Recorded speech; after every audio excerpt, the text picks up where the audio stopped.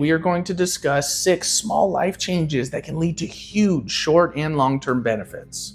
With the weather starting to heat up at the peak of summer, take care of your health next time you hit the beach with tip number 5, switching to mineral sunscreens over chemical sunscreens. There are 2 major aspects to this tip: the negative effects on humans and the negative effects on the environment.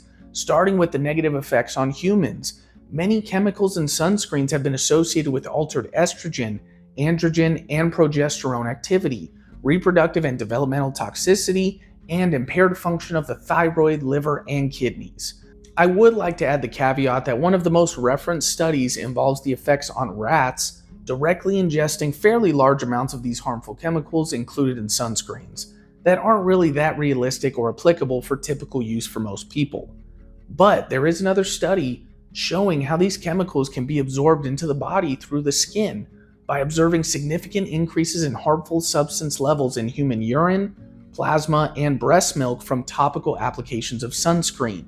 These results raise concerns about potential prenatal exposure and developmental toxicity of UV filter usage over time.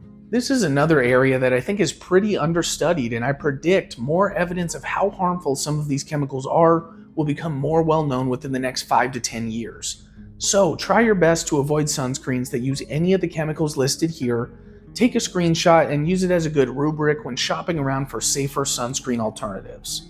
Now on to the environmental impacts. There is much more evidence of chemical sunscreens causing coral bleaching and deformities, disrupting marine life reproduction, damaging algae growth, and contaminating the food chain that ultimately ends up in our grocery stores and on our plates.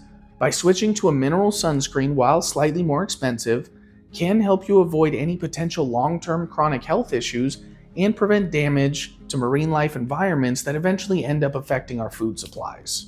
While some of these tips may be a little controversial and based on preliminary and limited research information, this is not intended to be fear-mongering in any way and is simply passing along information from emerging studies.